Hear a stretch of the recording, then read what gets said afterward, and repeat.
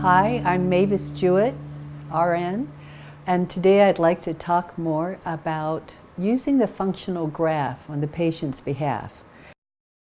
And one of the things to think about is if you are at 100%, at 100%, think of it as having a whole dollar worth of energy and things not costing very much. For instance, in my life right now, taking a shower actually expends almost no energy cost to me, meaning I still have the same amount of energy afterwards as I had beforehand. But as people decline, using this functional graph and showing somebody who's at 60%, for instance, and we were talking about Alice off the Brady Bunch, being able to have the energy to take care of the household because the patient doesn't have that anymore. They still have it at 70. So think of it as at 70 cents worth of energy a day, you can still do your housework, but not getting out so much. The cost of that has become too dear, too high. For somebody at 60%, if they get up and taking care of their home is going to take a long time, it's going to take a lot of breaks, or it simply isn't worth it anymore in its cost expenditure of energy. At 50%, then you get to somebody that at 50%, the things that cost more than they can afford in energy any longer are things like being able to take a shower without rest breaks, without being able to sit down, conserving the energy. So at that point, the cost of self-care is starting to become something they really have to think about. At 50%, a shower then is maybe costing 10 cents out of their 50, meaning they only have 40 cents worth of energy after that. And I've never seen a patient that wasn't able to kind of grasp that to some extent, or the family members.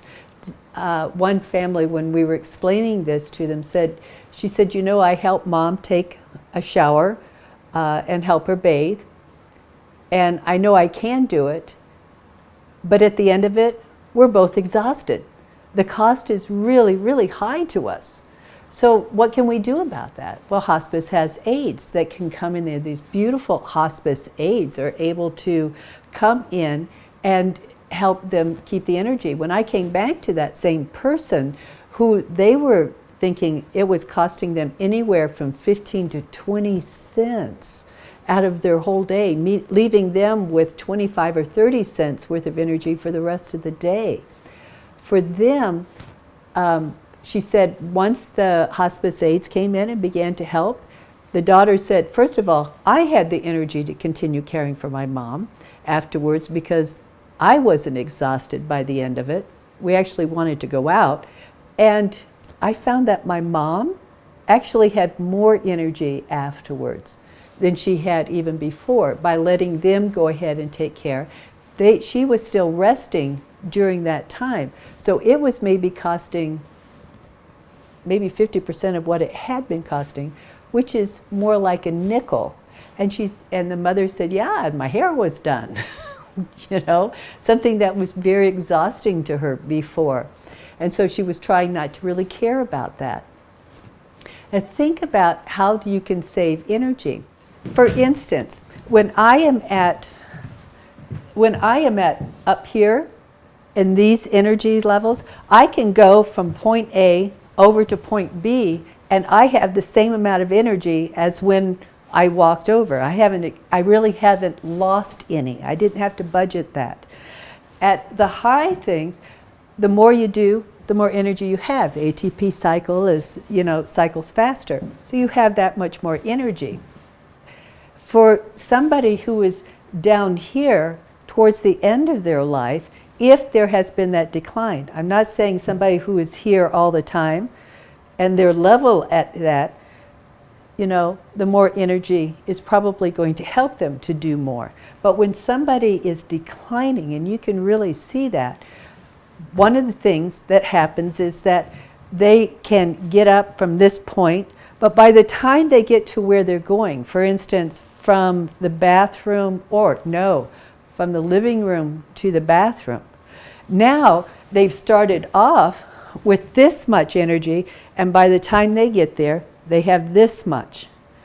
By the time they get into the bathroom then, they're going to need to be able to get back up to a standing position. People typically fall trying to come out of the bathroom, not when they're going into the bathroom. But what's happened is that they've used their store. Think of it like a cell phone. When you have your cell phone and you've got 100%, it's just been freshly charged. You know, you've got all this energy, you can talk on it all day long, but once it hits about 50%, you can just watch the bars go down, because it has more than just that charge on it. And our bodies are pretty much the same way. Once you're at this side, you know, using your energy to get from point A to B isn't worth it. So maybe a patient that is on hospice, or prior to coming on hospice even, some of the things that we can do to help them so that they don't run out of energy. First of all, they've got to know if it took 5 cents or 10 cents to get in here, now do you have enough energy to come back out? And what can we do? A bedside commode can be helpful then. Or putting a frame over the toilet so that they're not having to use the major muscle groups to stand back up, but they have something that they can rest, and knowing they're going to need to rest. Then they can get back up, come to a standing position, and then take the walker or whatever they would be using and come back out, so that they're not expending that kind of energy. For people that are at 40%, think of your cell phone at 40% charge, how fast that can go in a day. During the day, they're going to need to rest. If people become exhausted during those times, then they really, if they're very, very tired, go ahead and rest and try to get your battery up. Allow it to come up just a little bit, that energy battery. You know, just think, how much is everything going to cost?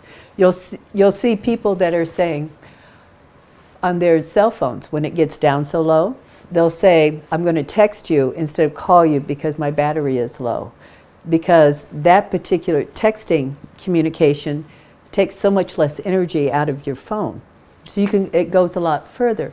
The same thing when you're actually running out of energy, your energy battery is going down lower. What can we do as nurses, as family, as people around them, caregivers, what can we do to help them to sustain a safety margin of energy for them? And something that may be costing them so much in the morning, for instance, getting down into a bathtub, being able to give your own bath. You may be able to, but is the cost worth it for the rest of your day? There's lots of things, and people begin to say, now that takes a lot of energy. So we do things like this. When people are coming down and they're losing their energy, we actually will put stools around their house, just like this, so that they walk so far so that they're more level than keep on going down, you know, just barely making it to the chair. But instead, when they get someplace to sit down and rest, putting a stool into the kitchen, for instance, while they're getting their coffee, or some people, the walkers now are so wonderful because they have a seat on them, so they come in conserving energy by using the walker.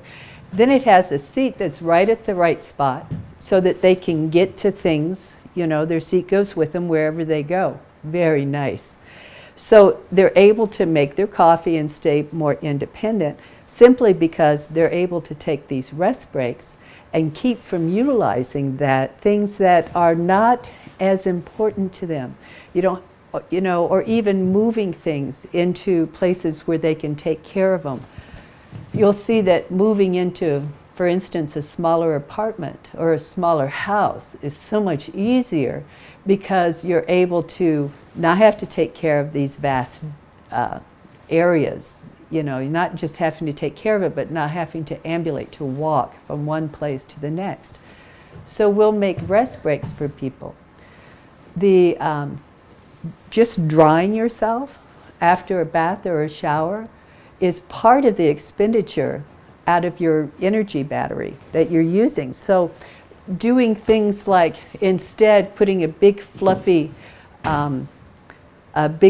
robe with a hood on it and putting it down in a chair so that when you come out of sitting in the chair, in the bath, in the shower, and then you come out, that you can sit down, just put this nice fluffy robe around you, put the hood up, and just kind of rest, you know, while your body, while the moisture is absorbed. Then go ahead, sit down, brush your teeth while you're sitting down. Traditionally, everybody's standing up for these things. But at the end of life, we want to conserve that energy battery so that they can do the things that are truly, truly important to them. One of the parts of being in hospice is that you have this tremendous team and volunteers who can, so we have all kinds of people that are working in that, but to help you to conserve the energy, to live the kind of life that you really want to live, doing the things that are really important to you, not to us. Our job is to help you to be more comfortable, as one of our hospice aides says, that I've learned so much from, to make it easy peasy.